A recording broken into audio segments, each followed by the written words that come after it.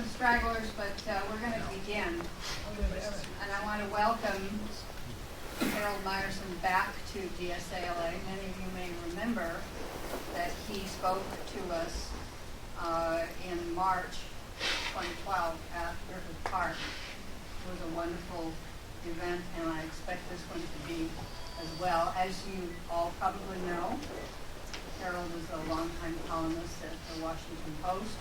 He's editor of the American Prospect and writes some of the best stuff on politics and labor that is available at the moment. So I'm going to let him get to it and tell you all about it. Thank you. Thank you, Sarah.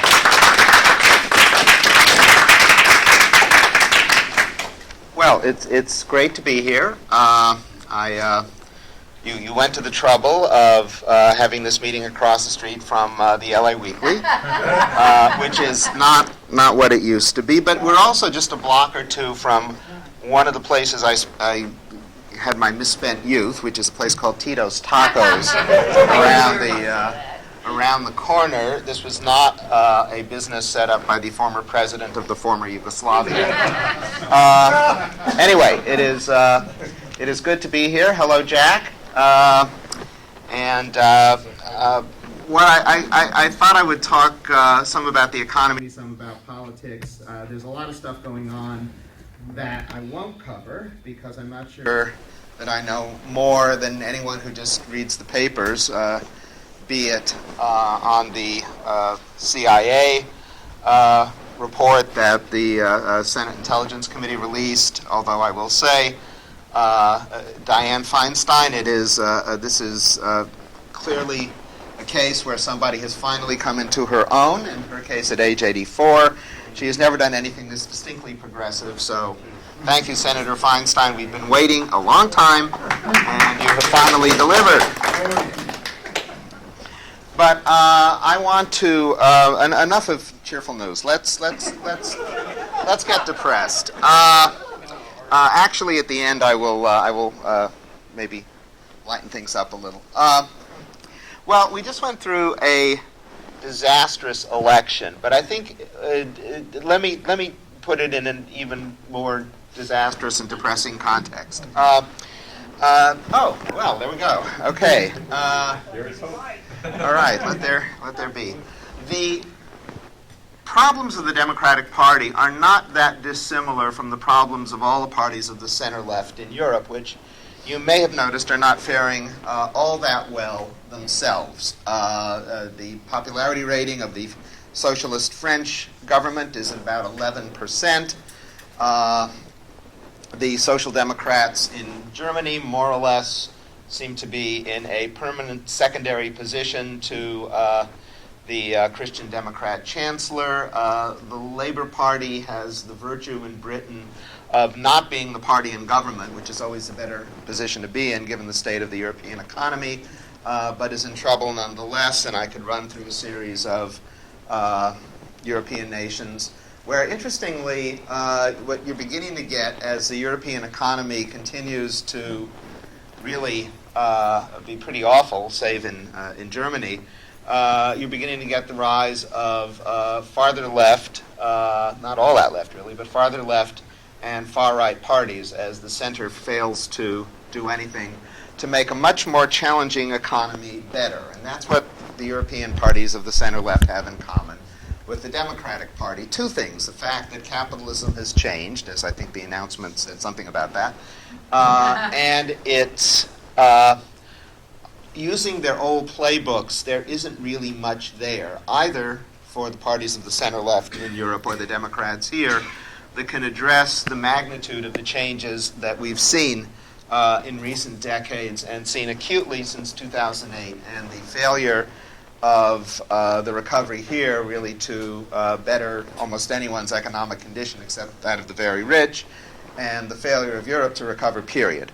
And the problem for Democrats and the parties of the center-left in Europe is complicated by the fact, this is the other aspect I referred to, that this was their stock in trade. They had a working majority at one point of their respective electorates because they were the party that imperfectly, not all that well, but more than the other guys, championed their interests and did produce, during the 30 years after World War II, conditions of broadly shared prosperity that now we can only marvel at in hindsight.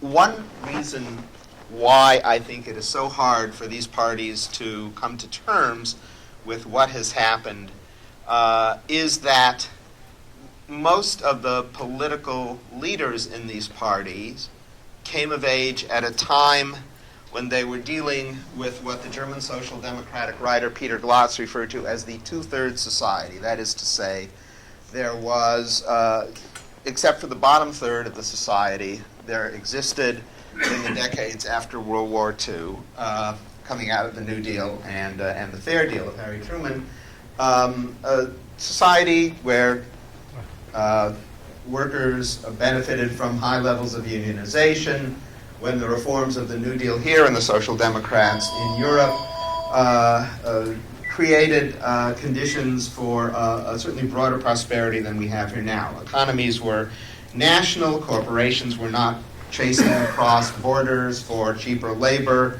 and if you look at what the Great Society was, the mission, therefore, of the sort of schooling of the Democrats who only today are retiring from Congress. Today I noted it was the day that they did something on the floor of the House for both Henry Waxman and George Miller, who will be gone from Congress in 3 weeks, and the House is going to adjourn at some point in the next week. So these were folks who came of age at a time when the mission, quite understandably, quite rightly, advocated by radicals and liberals both, was to bring up that bottom third, which is an encapsulation of what the Civil Rights Act, the Great Society, Medicare, Medicaid, trying to create better conditions for those who were structurally left out of the New Deal arrangements. And this is, causing some interest. This has always been a friction point within the Democratic Party in particular.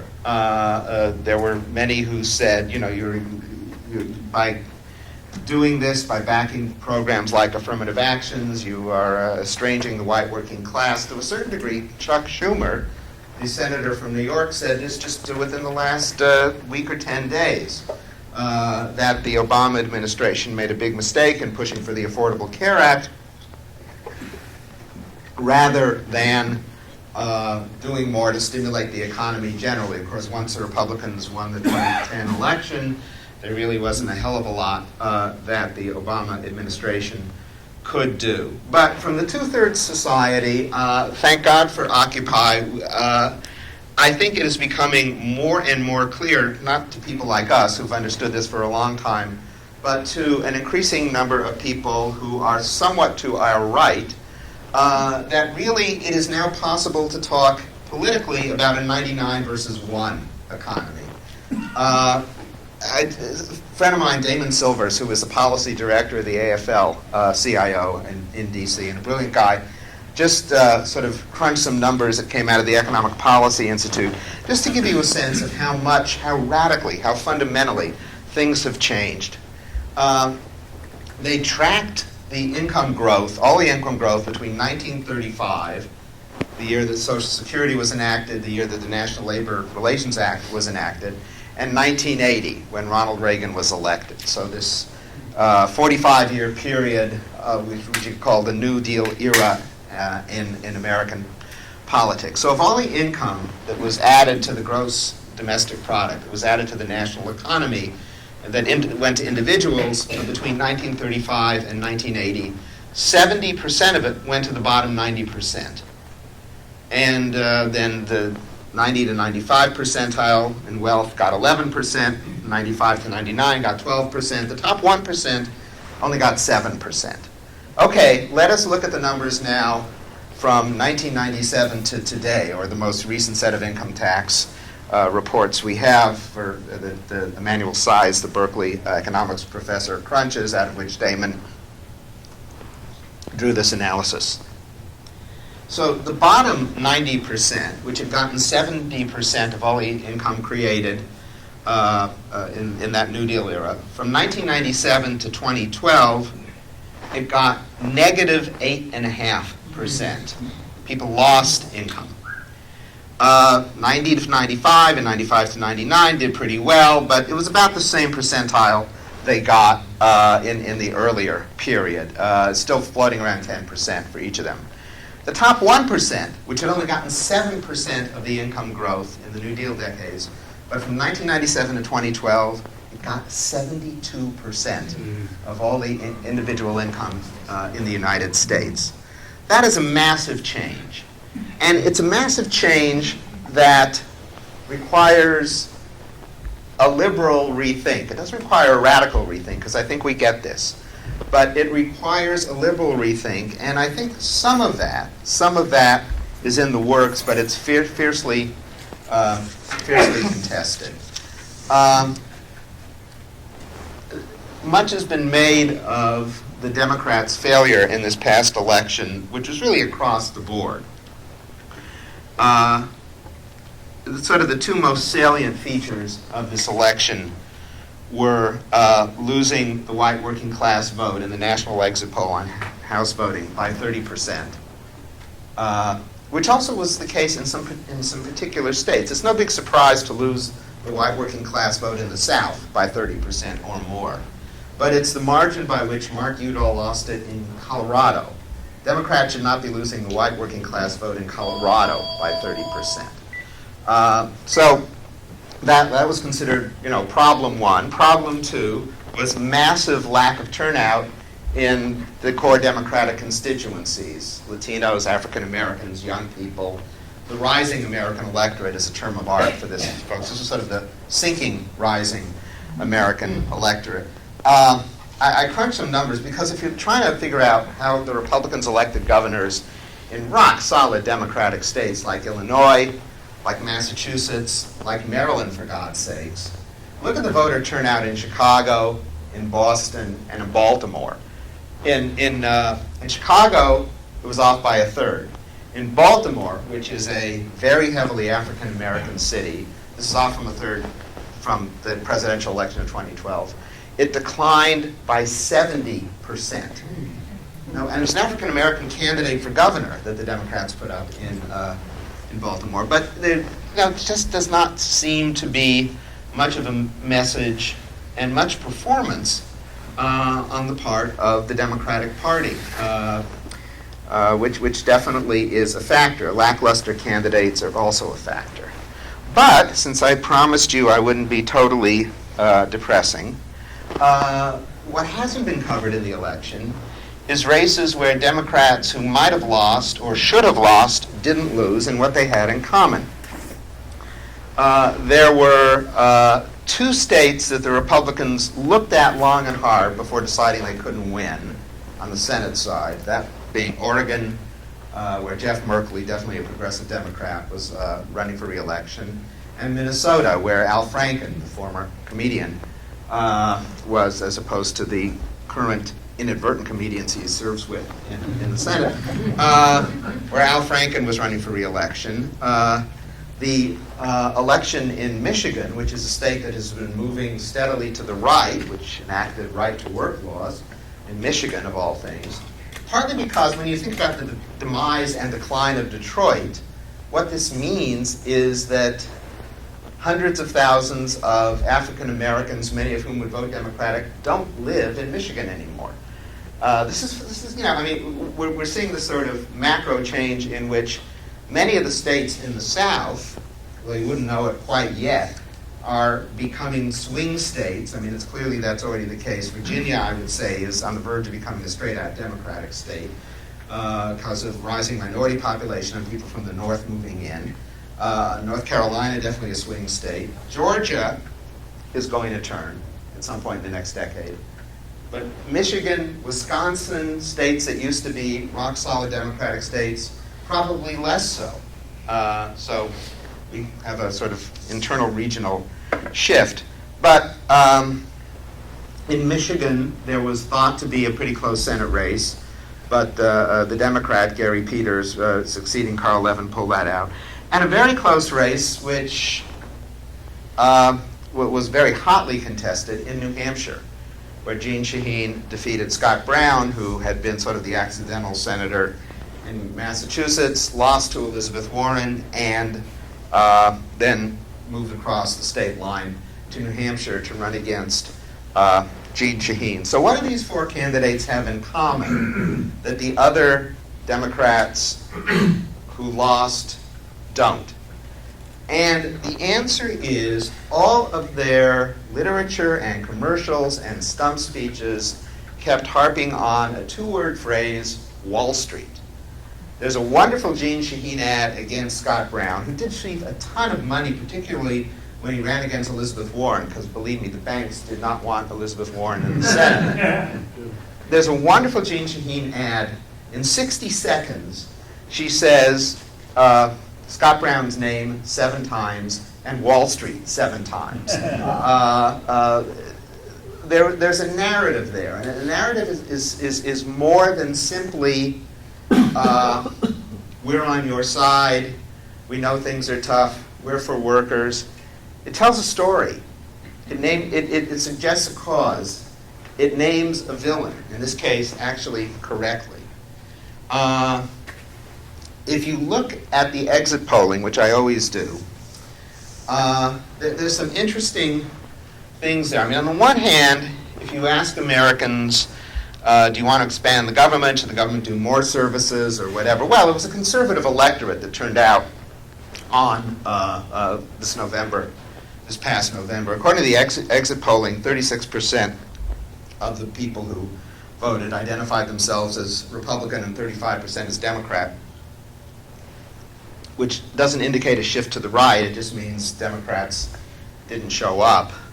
But that's a pretty conservative sample to be polling. Nonetheless, when they asked in the national exit poll, do you think the economic system favors the rich, or do you think the economic system is fundamentally fair?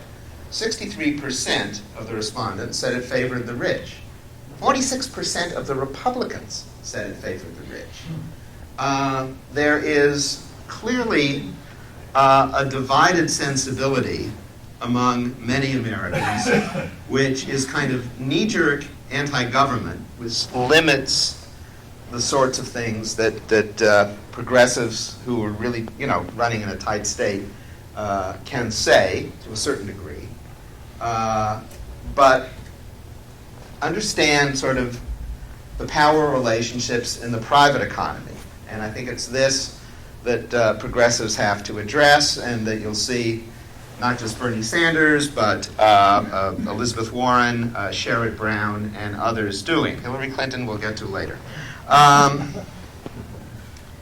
One of the other factors in looking at how the white working class has moved is sort of geographical, locational, ideological. I'm not quite sure what to call it. There's a kind of much higher degree of residential class segregation in America than there used to be. And in particular, there were, if you go back far enough, if you go back to the New Deal era itself, you had white workers living in neighborhoods where there were, the usual complement of right-wing bigots, etc. But also there were some guys in the bar who were union guys, and there was a probably somewhat questionable but still present Democratic club in the neighborhood. You go to white working class communities today, none of that. In the 30s, this is a point Steve Fraser makes in his great biography of Sidney Hillman. In the 30s, you would turn on the radio, and the Rush Limbaugh of the day was Father Coughlin, a anti-Semitic Catholic priest with a very large radio following, broadcasting out of Michigan. But the height of Father Coughlin's popularity was also coincided with the rise of the CIO. There was a real left in that community too. Today, you turn on the radio, it's Rush Limbaugh, or you turn on Fox News, and these guys have nothing to counter it. So there's a void there related to the decimation of the union movement in America, which in the private sector is now down to 6.7% of the workforce, which is the functional equivalent of zero, because no one is going to really call a strike if you represent, a small sliver of the workforce, and 93% of the workforce is non-union. Similarly, it's a huge problem for public sector unions, for teachers, you name it. Teachers are the highest level of unionization of any occupation in America that has a sizable number of people in it. But when you have a non-union private sector workforce paying taxes to a unionized public sector workforce, or to take that one step further, when you have a workforce paying taxes, almost none of whom have traditional pensions, into public sector workers, some of whom still do have traditional pensions, it's a prescription for a not very happy political solution. And I think, we see versions of that all the time. So, what are the grounds for progressive hope in this country right now? The flip side of what I just talked about, the ideological residential segregation, is that cities are moving left. Of the 30 largest American cities right now, 25 have Democratic mayors. Now, some of those mayors aren't anything but progressive. I mean, you only need to look to Chicago and Rahm Emanuel. We have a Chicago refugee here. To know that. But even so, even using that imperfect measure, that is the greatest partisan imbalance of America's large cities that, I don't know, I tried to track this back into the 19th century and I gave up. I couldn't find such an imbalance. In 2013, a year ago, there was great attention paid, and rightly so, to the election of Bill de Blasio as mayor of New York. But what the story missed is that there were a slew of mayors who were pretty much elected with de Blasio's politics. In Marty Walsh in Boston, Bill Peduto in Pittsburgh, Betsy Hodges in Minneapolis, Pierre Gonzalez in Santa Fe, Ed Murray in Seattle. More cautious and to a lesser degree, but still relatively progressive. We'll get to that in a minute. Eric Garcetti in LA. There's a reason for this, and that is that the demographics of cities have been radically transformed, just like working class suburbs. Heavy minority influx, heavy influx of young people over the last decade.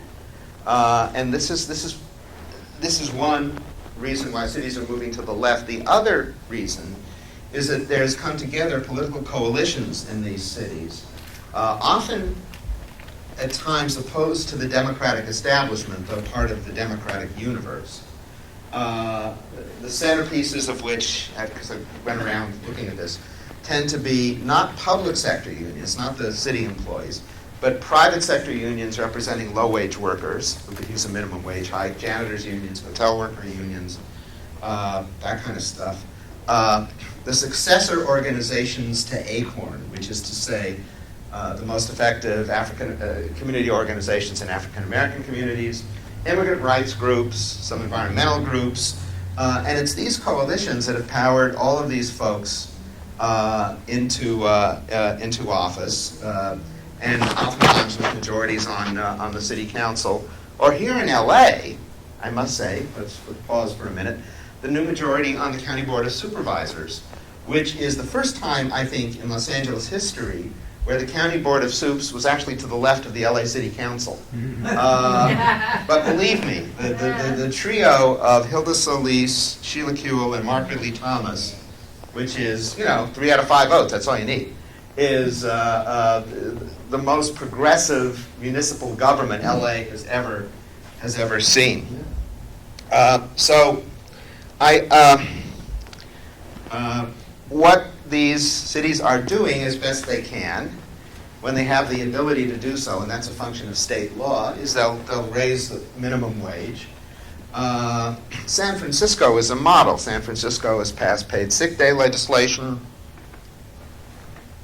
The voters of San Francisco, by a margin of almost, at a rate of almost 80%, passed a $15 minimum wage there in November, which had already been adopted in Seattle. San Francisco's Board of Supervisors, they're a county, not just a city, so they have a strange governing structure, passed a Retail Workers' Bill of Rights there a couple of weeks ago, which is the first such ordinance, I think, in the United States. I wrote a column about it for tomorrow's Washington Post. Retail workers generally sort of have to sit by the phone and wait to be called in. They have no control over their hours, most of them, which can be hugely disruptive if you are one of those strange people who has a life. If you have kids, you got to pick up. If you have meals, you got to cook. If you have courses, you got to take. If you have promises to keep. So the Board of Soups in San Francisco passed a law which says employers have to give their employees at least 2 weeks advance schedule so you can go out and plan your life. You know, I mean, San Francisco is sort of known for its out there cultural liberalism, etc. But a series of things that they passed there, including requiring employers more than 20 workers either to give their workers health insurance or to pay into a city fund to fund it. So San Francisco was sort of, in some ways, being hugely upscale, but reverting to kind of the New Dealish stuff it came up with initially in the 1930s and 1920s, actually, too, since there were progressives in the city then. But a lot of this stuff shouldn't be peculiar to San Francisco. I would think a Retail Workers' Bill of Rights could track just as well in any number of places. And we should keep in mind that on the same day San Franciscans went to the polls and voted to raise the minimum wage to $15, voters went to the polls in 4 not notoriously liberal states, Alaska, Arkansas, South Dakota, and Nebraska, to raise the minimum wage there. This gets back to, you know, that polling I read you about. People think how the economic system is working. The sentiment is there. The question is whether progressives can tap into it. I think there can be a lot of movement in cities.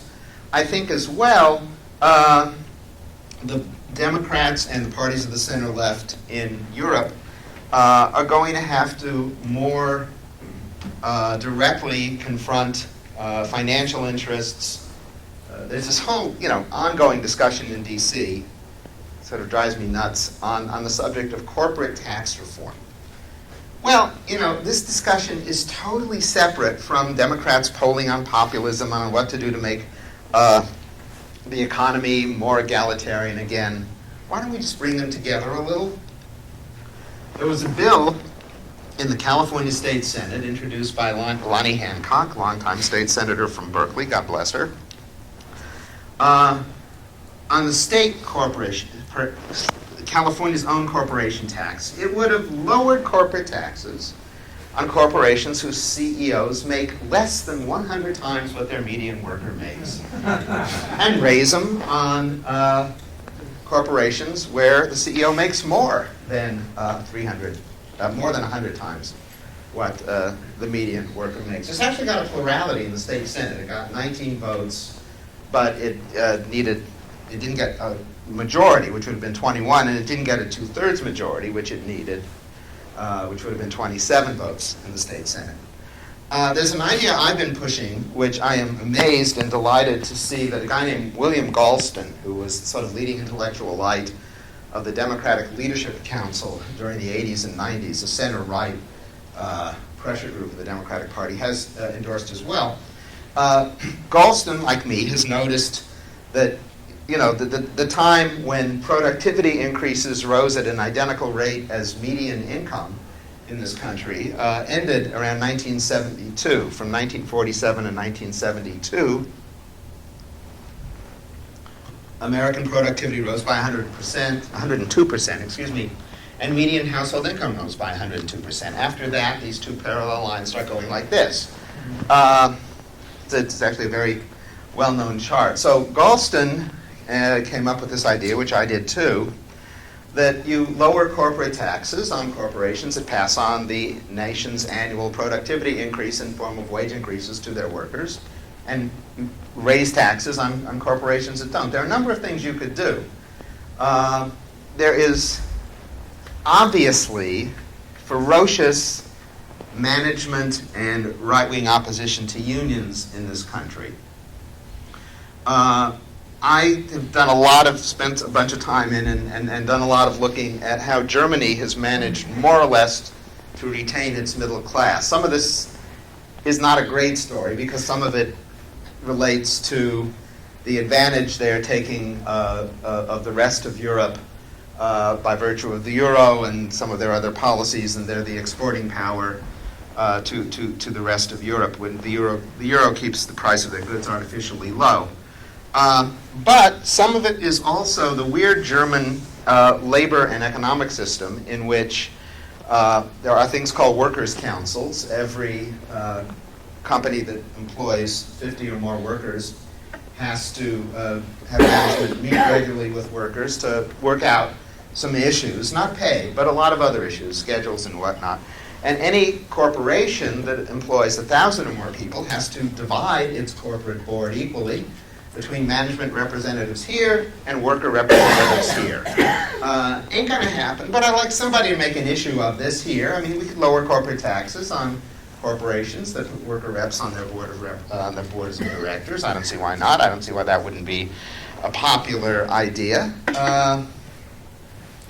So there are ways in which I think the populism of the American people can be addressed even without dealing with what we know is necessary, and we have to address this too, which is government doing what the market either doesn't do or does poorly or, actually works against. But I mean, there are populist entry points that I think leftists can take even in what we consider to be conservative communities. One particular idea about what could happen in LA that I wrote about in the LA Times on Monday. I had an op-ed in the LA Times. I kind of did this analysis of the fact that unions now, it's so difficult to unionize workers that the most vibrant and dynamic and successful union campaigns now actually result in legislative changes, not the unionization of workers. That's been the story so far of the so-called Fight for 15, the fast food workers campaign, initially intended and still intended eventually to win a union contract at McDonald's and Burger King and so on. That's going to be hard, let's put it that way. That's going to be very, very hard. But this was the spur to Seattle raising its minimum wage in Seattle to $15 an hour. They did a brilliant job in Seattle. This campaign, more or less, they were able to get one televised debate in which they had some fast food workers asking questions of the mayoral candidates. And eventually, the guy who won the election, who I mentioned before, Ed Murray, a state senator, now mayor, was the guy who committed to a $15 minimum wage. I mean, so you couldn't, the campaign in Seattle started simply with the goal of trying to unionize food service workers at the airport. In order to get the airport to come to the table, the airport's in a little community called SeaTac, Seattle-Tacoma. They said, we're going to put an initiative on the SeaTac ballot to immediately raise a wage to $15. And this will bring the airport to the table so we can bargain. You don't really think this will happen. The airport, like most employers these days, said, screw you. We're not going to come to the table. So it was on the ballot, it passed. And in conjunction with what went on next door in the much larger city of Seattle, the wage got raised to $15 there as well. As I said at the Times, it is easier today to win a major minimum wage increase that affects 100,000 workers, which is what the Seattle wage increase does, than to unionize 4,000 workers at the airport. This is a problem for unions, but it is the case that much of the organizing going on these days is of workers who really aren't going to end up with a contract. Taxi Workers Alliance, which now belongs to the AFL-CIO, cab drivers in New York City and some other cities. Well, they're called independent contractors. They don't, I mean, they're not considered employees. So what can they get? They get better regulations from the City Taxi Commission. Domestic Workers Alliance. These are not like home care workers who get paid with public funds, and so you can create a union. Domestic Workers Alliance, what can they get? Well, they get a Domestic Workers Bill of Rights, which is passed in 4 states, including California, which entitles them to overtime and so on. These aren't great victories. They're not the kind of victories a union can win when it gets a contract.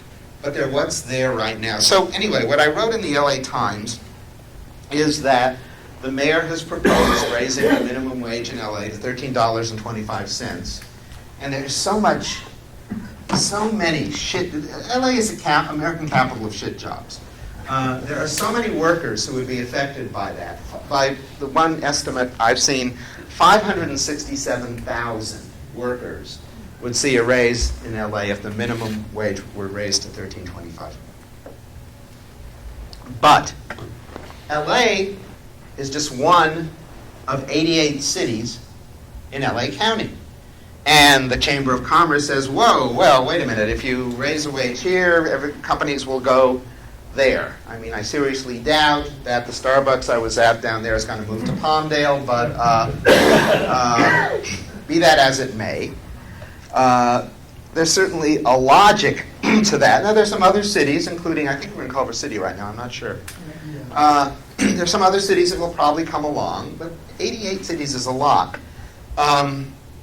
The above-named progressive majority on the County Board of Supervisors can pass a similar measure, but it only covers the unincorporated areas of the county, which is, say, another 1 million people. 10 million people live in LA County, 4 million live in the city of LA, 1 million live in unincorporated areas. That leaves half the county, 5 million, outside of the city limits where these laws take place. So I suggested labor and others try to put as many initiatives as they can on all of the gazillion little cities' ballots in the 2016 presidential election when turnout is at its highest. This could not only lead to raises throughout the county, which is a much bigger fish, 10 million people live in the county, but you might try to create an organization that is sort of what labor seems to be moving to anyway. It's your plan B. It's not as good as regular unions, but you could put together in a campaign with a lot of low-wage workers working for this and try to get some kind of organization out of this. In a way, what I said in the Times is that labor is drifting without any direct intent of doing this as such, drifting to have at least part of the movement begin to resemble more the Knights of Labor, a 19th century organization that was sort of a rival to the AFL. The Knights of Labor essentially focused on getting laws that benefited workers changed. Of course, so does the labor movement today, when they champion the minimum wage and back all of these campaigns. And the Knights of Labor actually had a definitely more progressive, less racist politics than the AFL did in the 1800s. Two problems, was that it wasn't organized in workplaces, and its members didn't have contracts from which the unions could collect dues. So when political difficulties arose and when the economy went to hell in the 1890s, as it did, the organization fell apart. It couldn't sustain itself.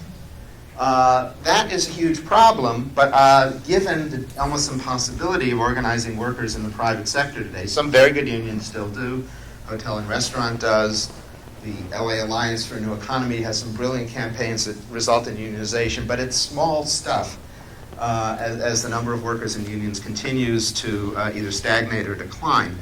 I see labor moving in this direction, and I think there are some opportunities, what I just said in LA, that might come around. Finally, getting back to some kind of populist theme that I think progressives can easily endorse, but the Democrats should generally. Franklin Roosevelt's chief advisor when he ran for president the first time in 1932, and then in the first year of his presidency in 1933, was a Columbia University professor named Raymond Moley. And in Raymond Moley's diaries, he recounts what discussion he had with Roosevelt as to who he should appoint as his Treasury Secretary. Now, if we think about the appointments in recent years of Treasury Secretaries by the past two Democratic presidents, which were fundamental to creating, I think, the most problematic aspects of those two presidencies, it's clear they didn't do what Roosevelt said.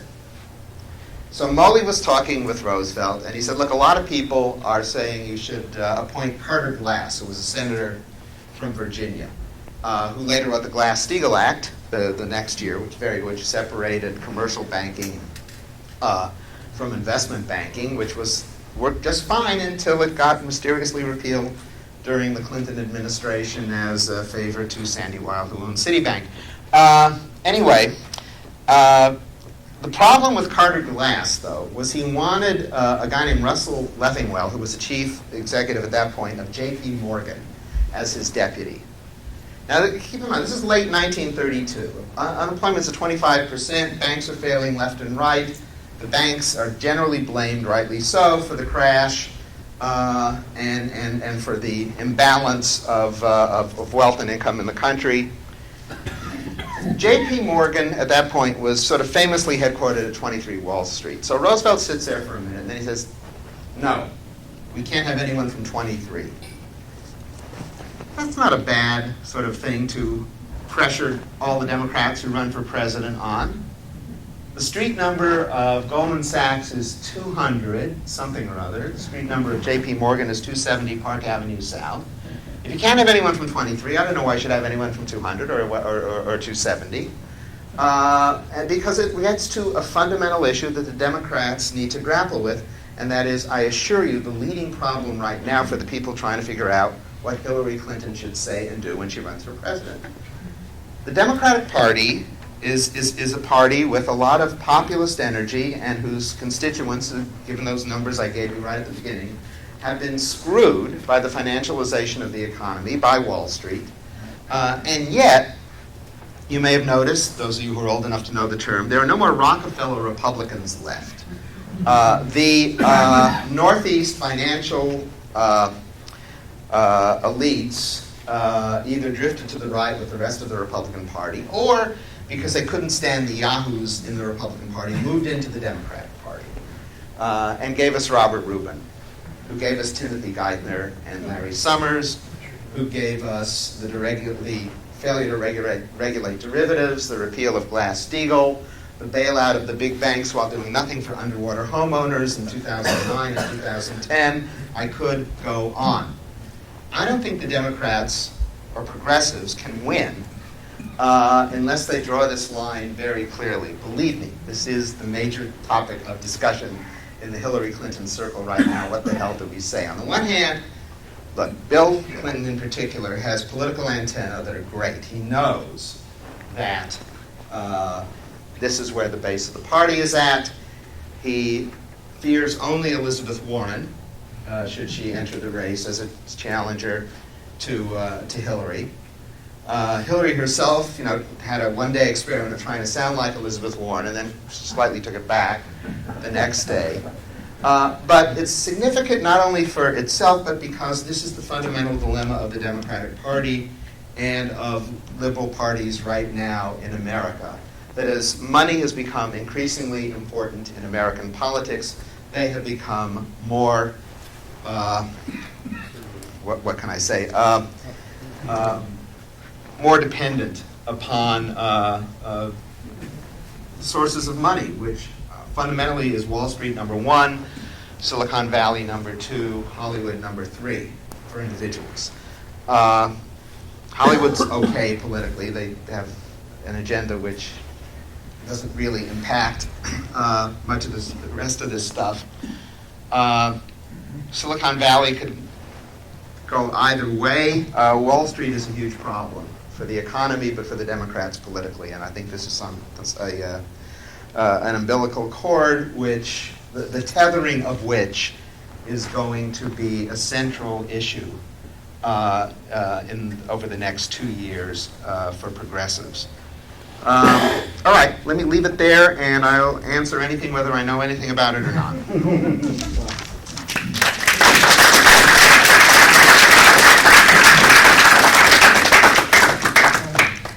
Right here. I think the most devastating part of your talk was the statistics at the beginning. Yeah.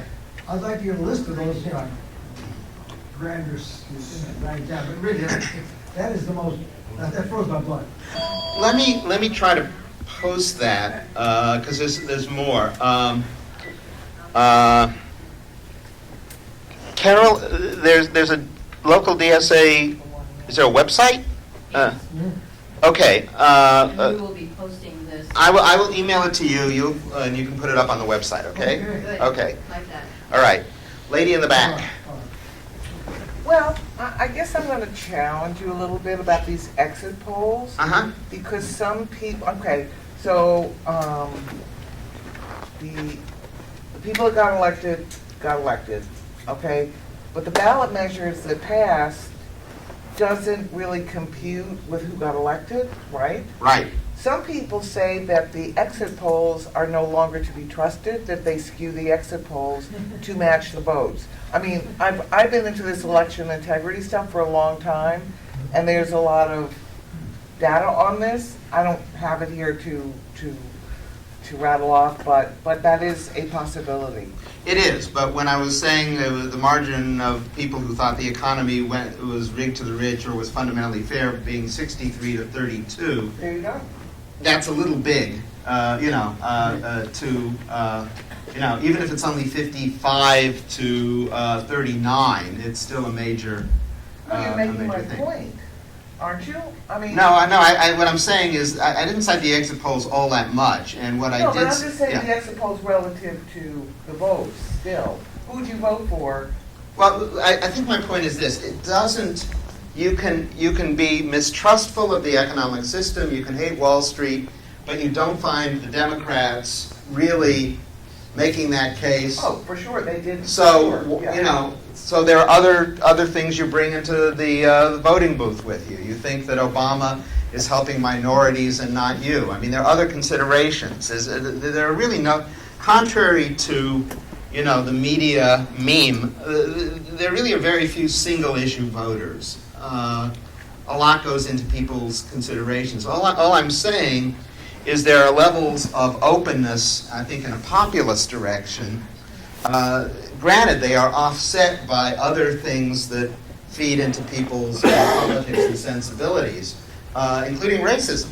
But, there is nonetheless, a Republican victory does not necessarily mean by any means that the American people endorse a right-wing agenda. Doesn't mean they endorse a progressive agenda either. There was a post-election poll by NBC and the Wall Street Journal that appeared, I think, on November 20th. And it asked people, are you satisfied with the result of the election? And more people said yes than no. Then it asked people, well, what do you want to see most as public policy in Washington over the next 2 years?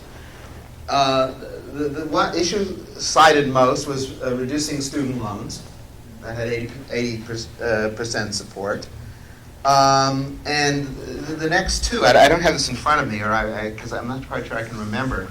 But the next two issues were also more spending on infrastructure. Well, look, there was a time when everyone favored spending on infrastructure. The Republicans have turned against it, but it was not a conservative list. The last thing on the list, which Wall Street wants, was make changes to Social Security. Nobody's in favor of that except but it's part of the Republican agenda. I mean, just today, they're putting together the omnibus funding bill for the next year.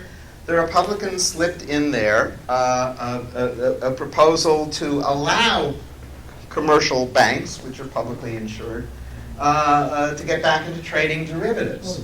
there's no popular demand for this, you know. So Popular journalism, and if it fails, the government is responsible for it. yeah, yeah. And there's a huge amount of cynicism of government, which is reasonably, you know, which is a problem. It's a problem for the left everywhere. If you don't think government can deliver, if you think government is captured by moneyed interests, it becomes harder for parties of the left to go out there and argue that, well, we need government to do this, we need government to do that. Therefore, for Republicans, this is a win-win thing when they keep, as they have, the government from doing anything decent for the last 4 years. You know, they stop any government initiatives that Obama or Democrats propose, and then say, look, government can't do anything. It's a self-fulfilling prophecy. Let me, yes. I guess you mentioned the Occupy movement. Could you comment more on how you see the impact of Occupy? Occupy had the greatest first act of any any organization on the American left in 50 years. The problem is they didn't really have a second act. The Occupy played a crucial role in, I think, changing how many people and many liberals think about the economy. They highlighted the kind of issue that, you know, is dramatized in those numbers that you asked about in your first question. This was a huge contribution. They really dramatized very effectively, I think, what had happened to the economy. Then they didn't get it together to go on and do much beyond that, which obviously is a problem. But, you know, it resonates. I mean, it's a very different thing, but it kind of is in some ways akin to the fact that a French economist who nobody had heard of in this country writes a book called Capital in the 21st Century, and it sells 700,000 copies in the United States, becomes a bestseller, and also changes the discussion. Look, I mean, we're going through a second Gilded Age, and just as in the first Gilded Age, things do bubble up. And Occupy, I think, was the most dramatic and successful bubbling up of really the idea of look at what's happened to the economy. But the problem is Democrats and the progressives haven't, you know, I mean, okay, so Occupy goes away, but has the more mainstream American left really moved, have they had an act to? Have they been able to move beyond this? I mean, you know, Elizabeth Warren represents, I think, the kind of, you know, the bringing of that message into mainstream politics. She does more than any other elected official with a substantial following. You know, the question is that going to spread? We shall see. Yeah, Jack. Okay, that deals with my question, really. What are your thoughts about a Warren candidacy and a Sanders candidacy and relationship between the two? Well, we don't know, you know, I mean, it's the larger question is there going to be two? I mean, you know, Bernie is clearly going to run. Bernie would be, Bernie is great, but I mean, he'll play a role which is not much more, I think, than a gadfly, which is a valuable role. Elizabeth Warren, unlike anyone else who's been named, I think holds the potential of actually posing a serious challenge to Hillary Clinton. I can envision her taking off. I can envision her. Hillary's nightmares to lose Iowa to, you know, in 2008 and 2016. I could see that. I could see her losing New Hampshire to Warren, and just going through the primaries. I mean, much as I love Bernie, and I know Bernie, I'm not even sure if Warren gets in. I think she sucks the oxygen out of a Sanders campaign. I'm not sure how much oxygen there is in a Sanders campaign, but whatever it is in it, I think she probably sucks it out. I mean, there's some other, you know, interesting possibilities.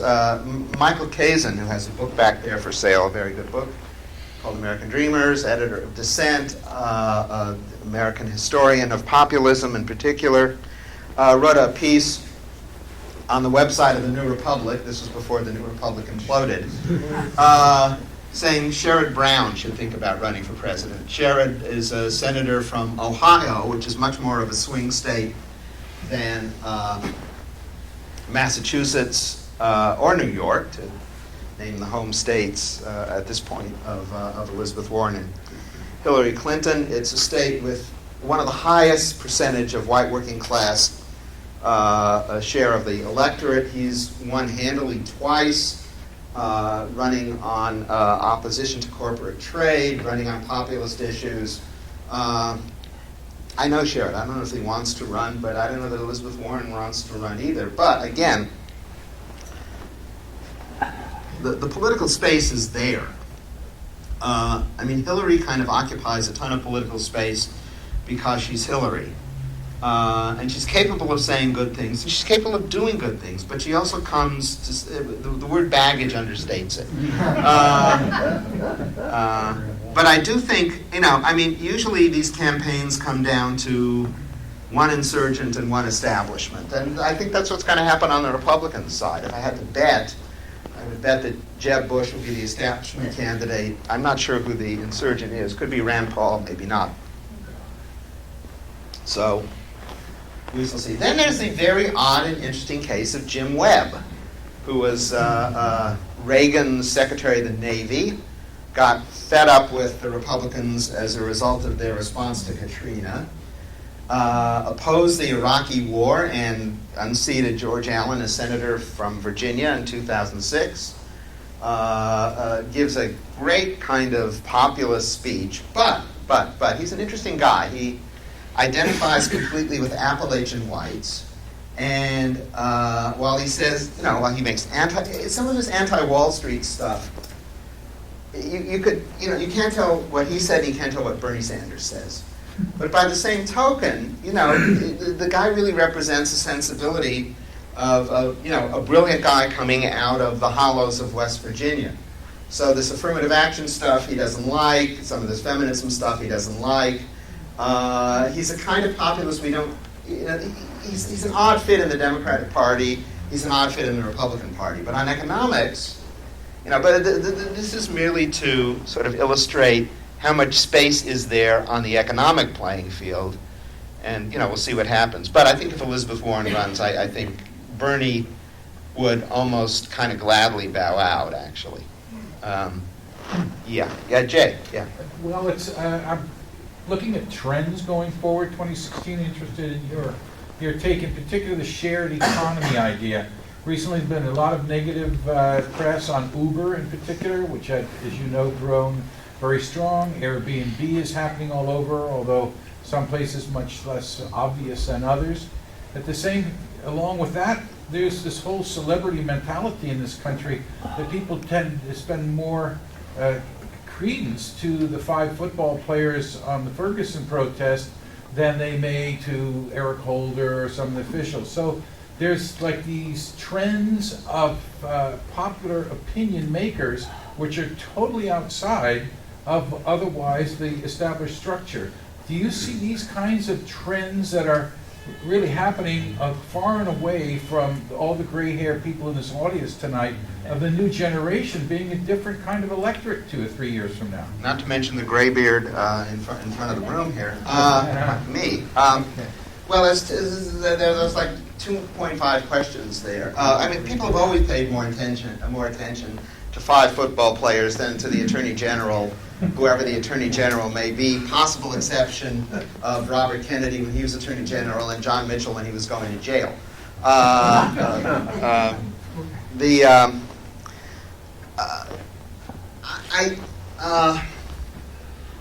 think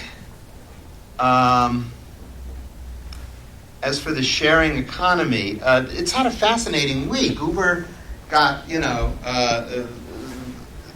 sold some shares and got valued at $40 billion on the one hand, got thrown out of India, several other countries, and is being sued by the DAs of LA and San Francisco. I mean, I think you're going to see more and more moves to create a level playing field between the misnamed sharing economy companies and established industries. There's no reason why Airbnb, which is sort of a version of hotels, don't have to pay the hotel tax, and why Uber isn't required to screen its drivers the way the taxi commission screens drivers. So I think you're eventually going to see a leveling there, and it's happening faster, I think, probably than I would have thought. Uber's also run by some real jerks, which doesn't help. But the point is, will these new thinking, so-called, influence the electorate in 2016, 18, and 20? Well, the new thinking is kind of amorphous. It seems to me the biggest sort of change that we can't really figure out is the decomposition of the American job. Jobs are being replaced by gigs. You used to work for a company, then they subcontracted you out, then they made you an independent contractor. All our labor laws, most of our labor laws, are directed and certainly at employer-employee relationships. But employer-employee relationships are, in the vast scheme of human history, relatively new. In the old days, you either had slaves or you went around doing pickup work, and we're getting back to going around doing pickup work. I don't know how that is going to affect lots of things. It's a challenge for the left. That's why I asked you the question. Yeah, but it's a huge challenge for the left, because when General Motors employed 1 million people, you could write a law and sort of regulating hours, and they had a union. At this point, General Motors is even though it's back, it is just a shell of its former self still. You have more people doing what's called casual work, though there's nothing casual about it. And the kind of ready fix that was there when employer-employee relationships were both widespread and stable aren't there anymore. I don't know how that's going to affect. What I do know is this creates a greater challenge for us. It's something that at the American Prospect, we're raising some money from foundations to do a special report on the gig economy, because it just raises all kinds of questions about how you help those people when they're in these relatively new and also relatively old kind of employment relationships. In the back. About 15 years ago, when I worked for Lockheed, and I apologize to all in this room for ever having spent a single second there, but the point I want to make is they were throwing between $300 and $400 million at Congress.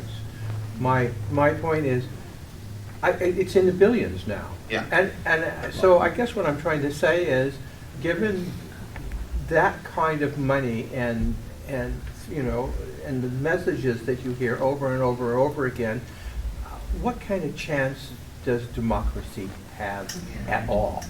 It's a big question. It only has a chance when people get fed up, and you can take that fed up and channel it into a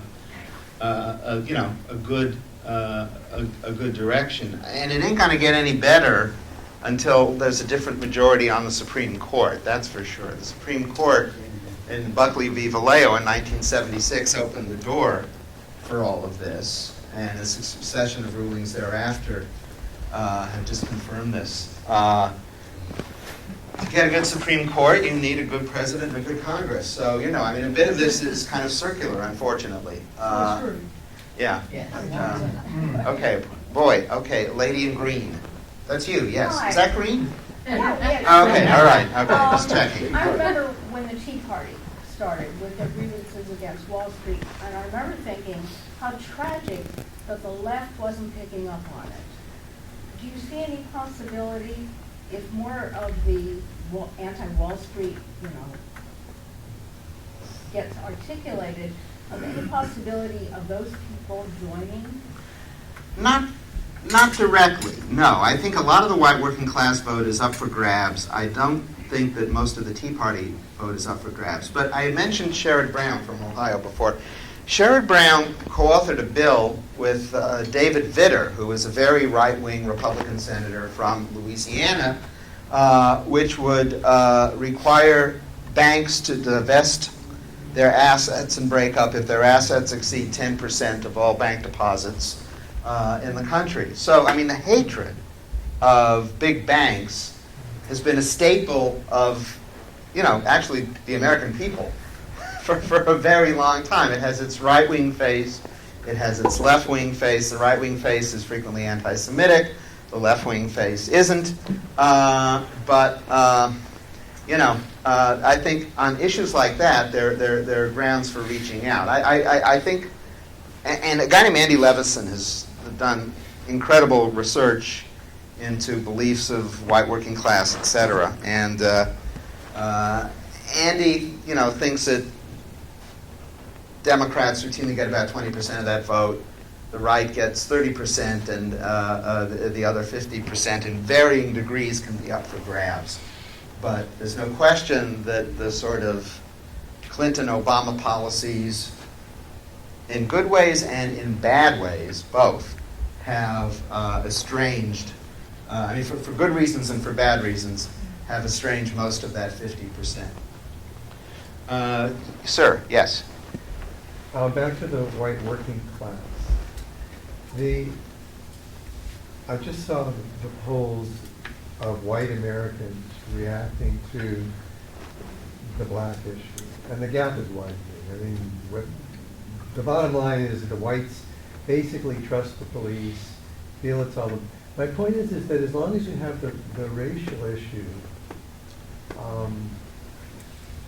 it seems to me that has to be addressed in order to reach the white working class, but the white working class really is increasingly anti-black. So where's the entry point? Yeah, I wouldn't say increasingly. I'm with Chris Rock on this. I think it is not as virulent. I mean, yeah, look, this country has had a horrific history of racism. I think it's a mistake to say it's increasing. I think if,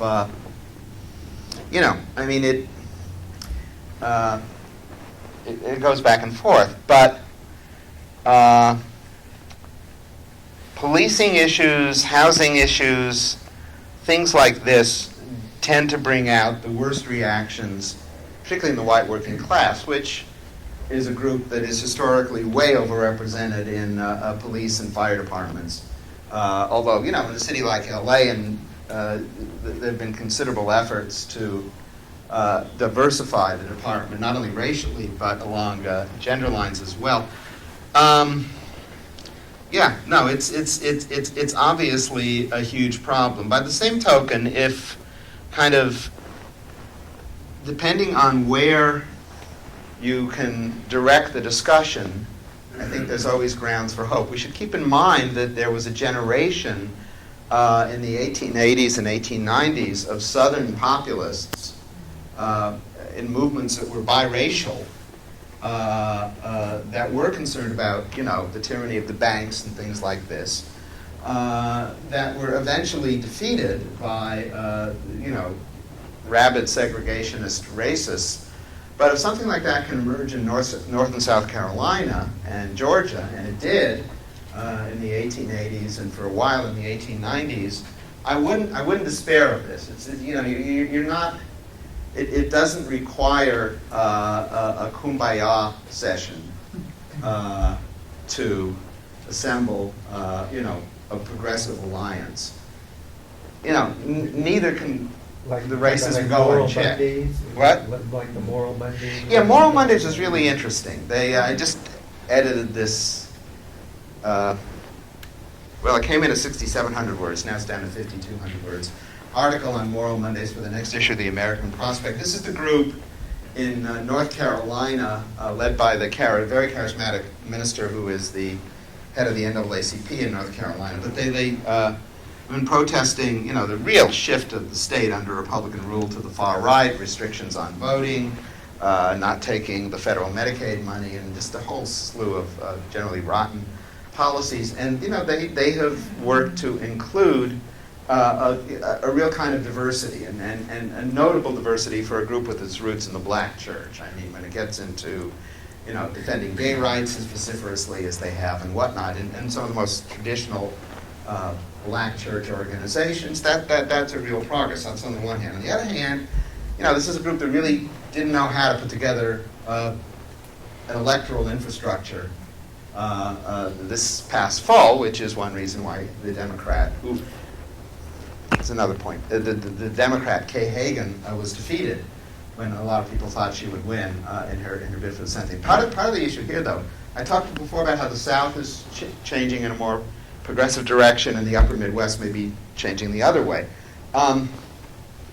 As the number of black and Latino and young voters rises in the urban and other parts of the Democratic Party in Georgia and in North Carolina, and you have candidates like Michelle Nunn in Georgia and Kay Hagan in North Carolina who are running, saying we're not liberal, we're not centrist, we are centrist, we don't want to do any of this stuff.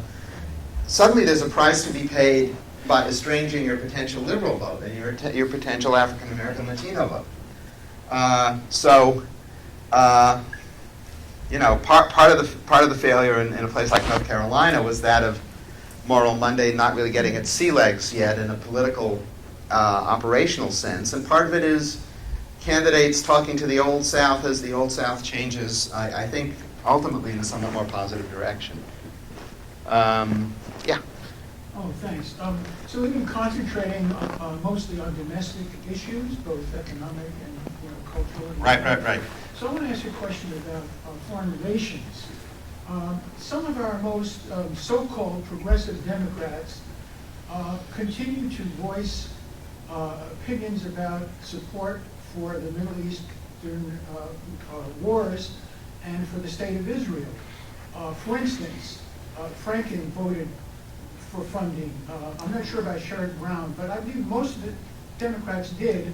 And as a matter of fact, the so-called progressive Democratic mayor of New York, de Blasio, when he got in there, actually said, my job is to protect the state of Israel. He actually said that. So, to boil it all down, what is your opinion on the effect of foreign policy and the kinds of things I've just been mentioning on the election? Not much. I think foreign policy plays a smaller role than it used to in most people's voting calculations. There was sort of a set foreign policy template for 50 years called the Cold War. And, there was a lot of anxiety in the public about the Soviet Union. And, there was an advantage to be had if you were perceived as tough. And, I think one reason Bill Clinton was elected president in 1992 was that the Soviet Union had ceased to exist in 1991. People were willing to vote more on domestic considerations. I think right now the economy and domestic issues probably are way disproportionately important compared to foreign policy, particularly since foreign policy, somewhat understandably, confuses a lot of Americans these days. The great value of the Cold War was it really simplified things. There was them, there was us. Well, the them and us paradigm, if you look at Afghanistan and Iraq and Syria, who's them and who's us? And so I think it plays less of a role. And even, the Republican Party, for God's sakes, it can't agree. You have the traditional bellicose, John McCain is willing to intervene anywhere, for any reason, at any time. And you have the more libertarian wing of the party. The issue of Israel is I understand, it's a real issue, but does this weigh into the voting calculations of more than a minuscule percentage of the American people? No, it doesn't. Hi, yes? Okay, a couple things. Number one, I don't exactly believe that we have a government. I believe that, as John Dewey did, that government is the shadow that business throws over the people. And secondly, I believe that Obama was allowed to be elected to be sure that a Republican president would be elected the next time to solidify the stranglehold that fascism has on us. And one thing that is going to trump every other issue that we're talking about, and it seems to be the one that people don't, is climate. Okay, within 20 years, it's not going to matter who you vote because you'll be underwater voting, or you'll be like picking out dirt, you know, with a little vegetable left on it. So that issue is probably the most important issue. And how does that play into what's going to happen, and especially with the wrong people that Obama's putting in to investigate things and do things? I mean, where's that going to go? I mean, if we're underwater and the ice is in there and there's fires and more typhoons and everything like that, what is the other thing? How is that going to even matter?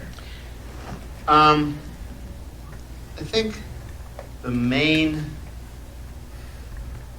issue relating to climate in the country right now, unfortunately, is the rapidly falling price of gas, which is in significant degree the result of the oil boom in the United States, which is a result of fracking, which is a disaster.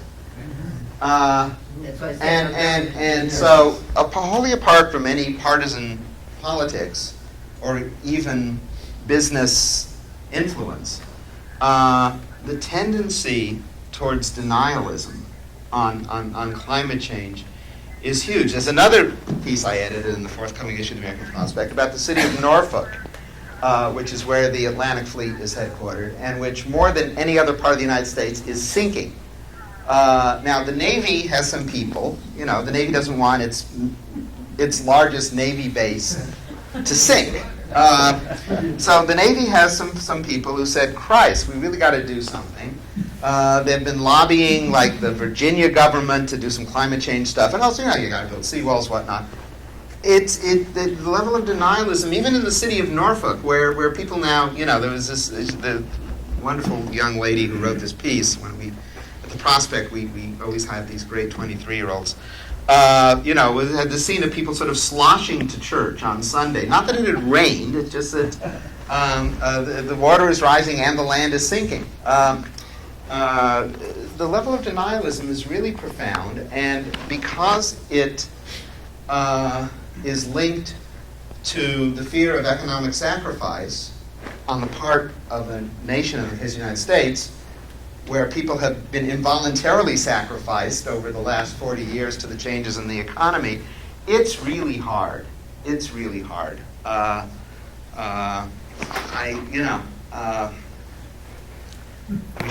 We shall see what happens, but I don't think people respond to this until, you know, a disaster hits them in the head. Yeah. Eric. Yeah. I want to ask you about third-party politics. And by third party, I don't mean, you know, the Socialist Party, the Communist Party, you know, these tiny little parties that, you know, have no national impact. But I'm talking really about formations like the Working Families Party, which does have an impact in New York, and I think Connecticut, maybe some other places. Yeah. And I wonder if you could kind of assess the value for progressives to think strategically about building that party or a similar party to it,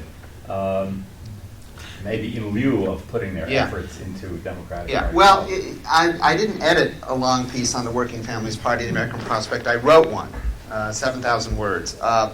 New York has a electoral system unlike that of any other state. In New York, a candidate can be the nominee of more than one party if the candidate wants to be, and if the candidate wins the nomination of more than one party. And then when the November election occurs, his or her vote is tallied from both parties to get to the total. So New York has this law which enabled the formation of the American Labor Party and the Liberal Party in the 1930s. And they kind of, for a variety of reasons, sort of went away. And in the late 1990s, some very smart and hardworking folks noticed that the law was still there and formed something called the Working Families Party, which was, in some ways, I talked about this new urban coalition. It's all of those groups. It's sort of the most left-wing but real unions in New York, the immigrant rights groups, the successor groups to ACORN, they actually started the fast food thing. It was the New Yorkers for Community Change. They started the first fast food stuff in New York 2.5 years ago. And what they do is they cross-endorse left-wing Democrats. And then when the Democrat is elected and would not be elected but for the votes cast for this Democrat on the Working Families Party ballot line, they incur a debt of progressive politics. The progressive majority now on the New York City Council, all of whom came out of the Working Families Party, de Blasio, and more. It gets very complicated. They can't count on their union allies sometimes. The union allies wanted them to endorse Andrew Cuomo, who I can't stand, because he was going to win anyway, and why screw around? They compelled Cuomo to reverse his position on opposing the right of cities to raise a minimum wage. So if things go okay in Albany, and I don't know because the Republicans at this point still control the state Senate, New York City will be allowed to raise its minimum wage above the state level, probably to a level like that has been proposed in LA, a little over $13 an hour. Anyone who thinks you can live on $13 an hour in New York City needs another thing coming. But it has been, I think, a very effective party, and it's been a very effective party even in states that don't have fusion voting. You mentioned Connecticut, where they've elected a progressive governor, Dan Malloy, twice now. They're setting up shop in Pennsylvania. They're looking at doing something in Illinois.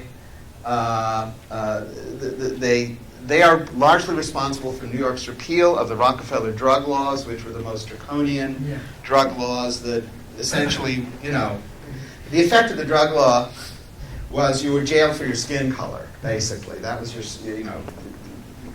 they were responsible for that. They've been responsible for having a terrific system of public finance in New York City, in municipal elections. You can qualify for a 6-to-1 match for any contribution under something like $100.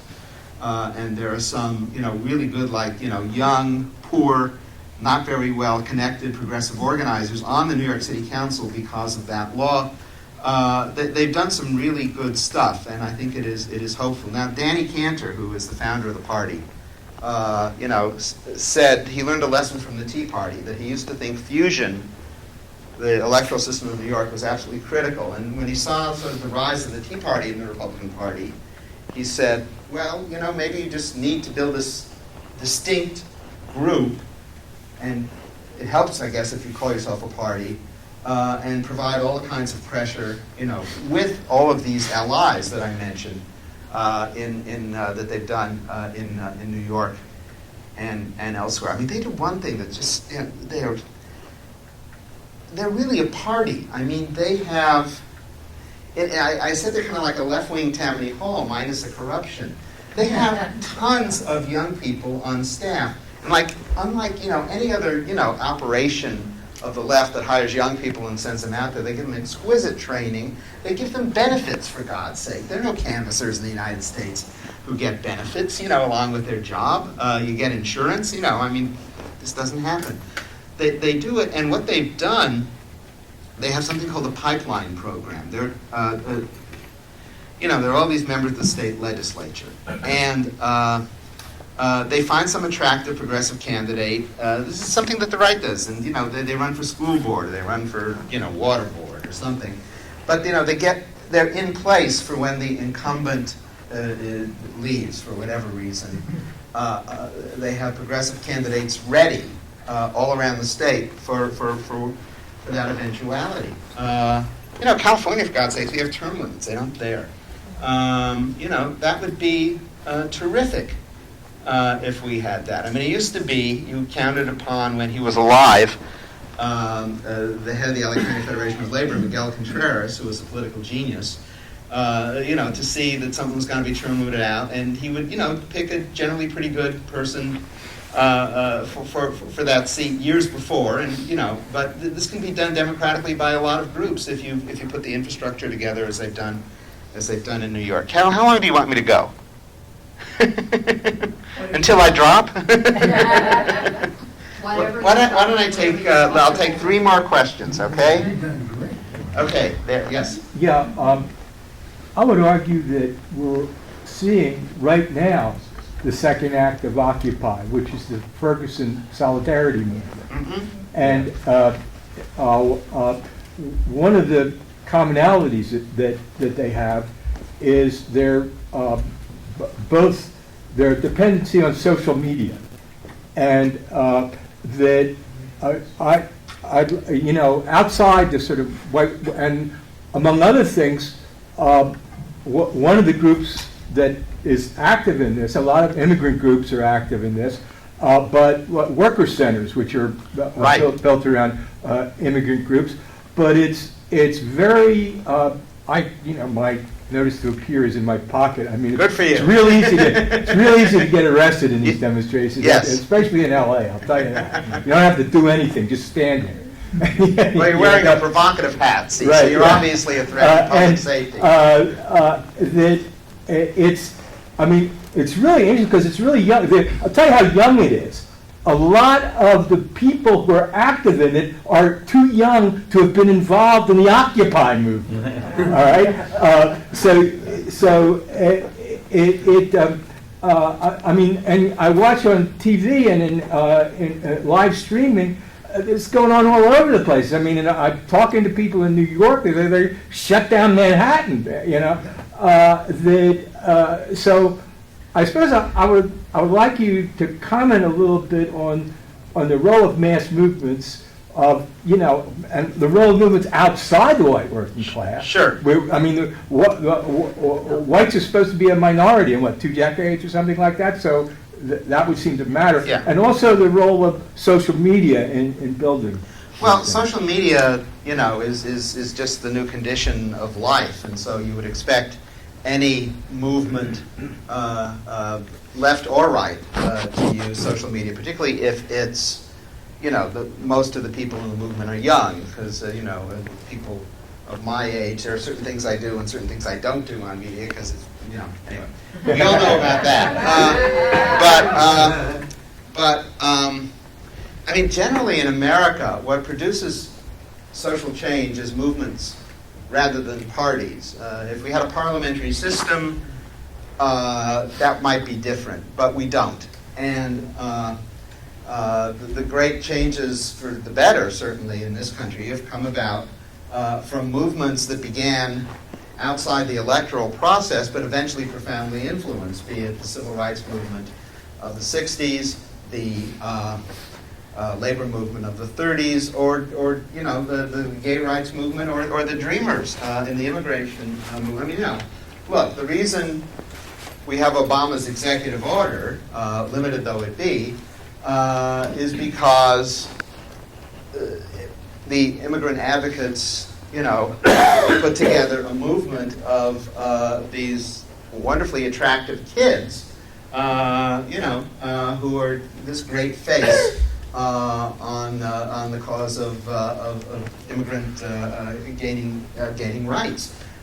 So too with the Ferguson stuff. I think it's very very important. Now, it affects public consciousness. You want to see changes in policy. You want to see changes in policing. You want to see changes in who prosecutes cops. So you want something at the end of the day that comes out of the funnel. But it's all of the stuff that puts things into the funnel. Look, there's an inherent problem with cops. Just an irreducible percentage of cops are cops because they're thugs and they like it. By no means all. And there are certain people who are cops because they're idealists, and there are certain idealists who police work turns into thugs. But so I don't think anyone has really solved that problem. Governments, left, right, and center, all employ police agents, some of whom are thugs. That just goes to that work. So I can't really conceive of, the utopian police force. But that said, you sure the hell can conceive of better police forces than what we got. Okay, that was the first of 3 questions. Yes? Talk about the secret grand jury. 1 second. Yes? Yeah, you. A couple of questions come to mind. I'll take one first. Makes me think of democratic socialists. What if it were socialistic Democrats instead? Which raises the question that our friend Mike Harrington at least raised with me many years ago. And I'm wondering there are probably more people who consider themselves socialists who are in the Democratic Party in one way or the other, registrants or voters, and there are all self-styled socialists put together in other organizations. Yeah. The point is, go ahead. you didn't even mention the word "I don't believe" was brought up once or twice here. What is the role of socialists in the political scene today within the Democratic Party as independent political actors? How do you see that now, and do you see any possibility of it evolving as it has in some other countries? Although the depressing thing is that the overtly socialist parties of Europe have as much trouble sort of formulating a distinct left politics and agenda as the Democratic Party here, with some exceptions. There are parties to the left of them that are growing in the countries that need the most radical change. Aris probably knows more about Syriza than I do. Probably also know more about Golden Dawn than I do, which we can do without. There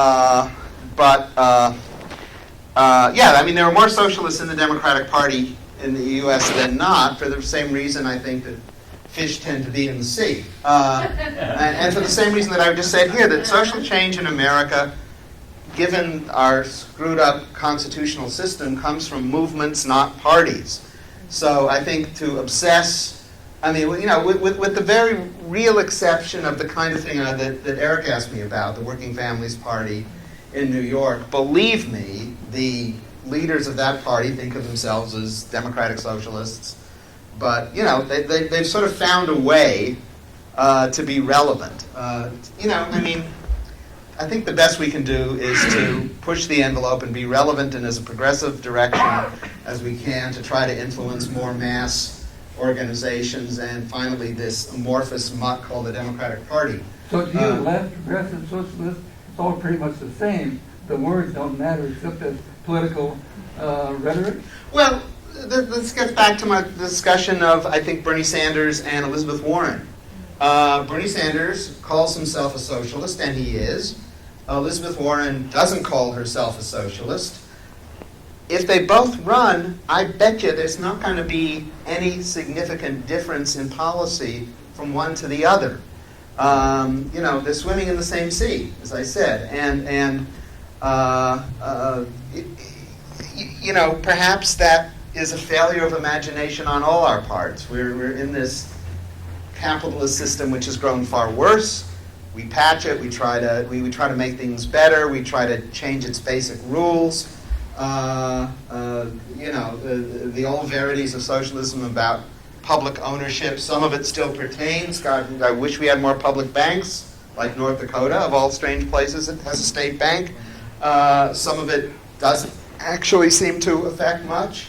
So a lot of the verities of the 19th century and early 20th century, some of them are gone, but I think the fundamental value of democratic control as much as possible of the economy, of the society, of the body politic remains sort of the core of socialist identity.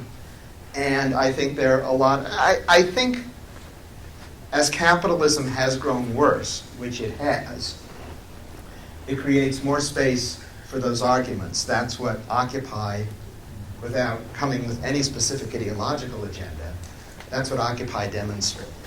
So, okay, one last, and if no one has one, that is fine. Okay, one last. And there's got to be, 2-3 times more Democrats than there are Republicans. If we could just get the Democrats to get off their ass and vote, they don't even have to do that. They can mail their vote in. What are you going to do to generate these people to actually be active in their party? You got to give people a reason, and you have to overcome the skepticism and cynicism about government and elected officials, which has legitimate roots. I mean, that's the bitch. like I said, for Republicans, to make government inactive actually helps their electoral process, electoral prospects. It's an insidious reality.